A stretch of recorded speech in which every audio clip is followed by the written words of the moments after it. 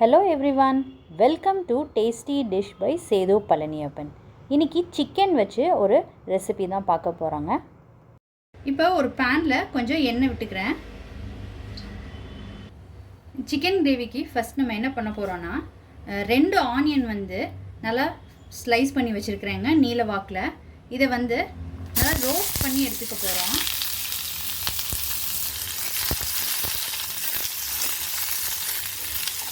மீடியமான தீயில் வச்சுட்டு நல்லா கோல்டன் கலர் வர அளவுக்கு ரோஸ்ட் பண்ணி எடுத்துக்கலாம்.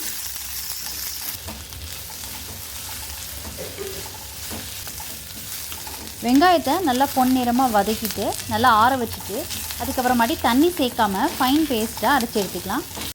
அடுத்து ஒரு சில பொருட்கள்லாம் வறுத்து அரைச்சிக்கலாங்க. 2 ஸ்பூன் மல்லி எடுத்துக்கிறேன். 1 ஸ்பூன் சோம்பு, 1 பட்டை, 4 கிராம்பு, 2 ஏலக்காய், இது எல்லாத்தையும் சேர்த்து வறுத்துக்கலாம்.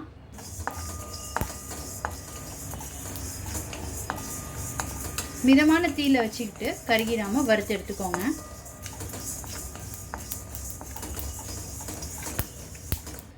இப்போ இதெல்லாம் வறுபட்டுருச்சு.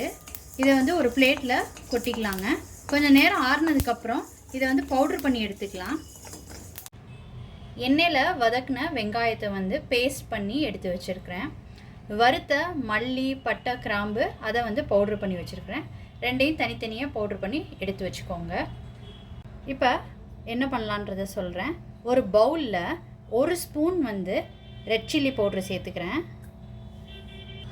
ஃப்ரெஷ்ஷாக க்ரஷ் பண்ண 1/2 ஸ்பூன் மிளகுத்தூள், மஞ்சள் தூள் 1/4 டீஸ்பூன், இஞ்சி பூண்டு பேஸ்ட்டு, இப்போ வறுத்து அரைச்ச அந்த பொடி. இப்போ இது எல்லாத்தையும் ஒரு தடவை மிக்ஸ் பண்ணிக்கலாம். 1/2 கப் கர்ட் சேர்த்துக்கிறேங்க.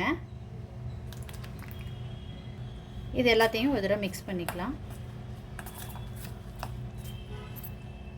இதெல்லாம் மிக்ஸ் பண்ணதுக்கப்புறம் நம்ம அரைச்ச வெங்காய பேஸ்ட் அதையும் சேர்த்துக்கிறேன்.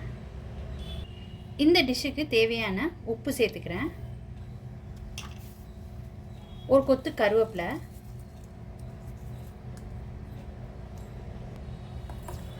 இது எல்லாத்தையும் நல்லா மிக்ஸ் பண்ணிக்கலாம்.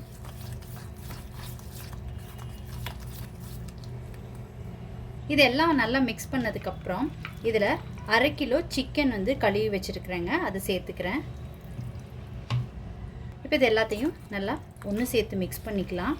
மசாலா எல்லா சிக்கன்லேயும் படுற மாதிரி இதெல்லாம் நல்லா ஒன்று சேர்த்து மிக்ஸ் பண்ணியாச்சுங்க. இதை எப்படியே ஊற விட்டுடலாம். ஒரு 1/2 hour to 1 hour நல்லா ஊறட்டும். அப்போ தான் சிக்கனில் இந்த மசாலா நல்லா சாரும், நல்லா டேஸ்ட்டாக இருக்குங்க. ஃபைனலாக இதில் லெமன் புழிஞ்சிருக்கேங்க, நான் காமிக்க மறந்துட்டேன். லெமன் புழிஞ்சிக்கோங்க. 1 hourக்கு மேலேயே மசாலா நல்லா ஊறிடுச்சுங்க.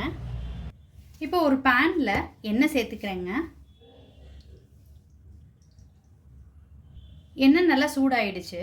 ஏற்கனவே பிரட்டி வச்சுருக்கிற சிக்கனை இதில் சேர்த்துக்கிறேன் நான்.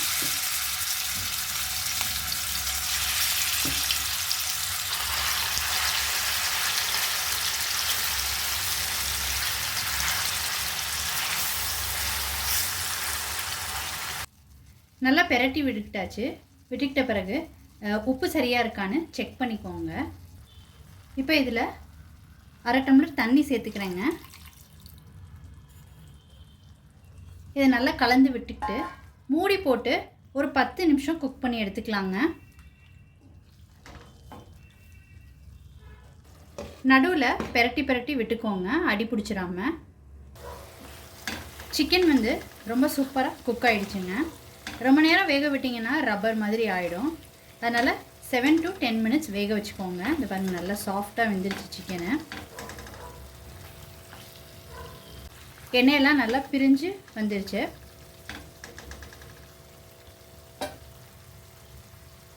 இப்போ மல்லித்தலை போட்டுட்டு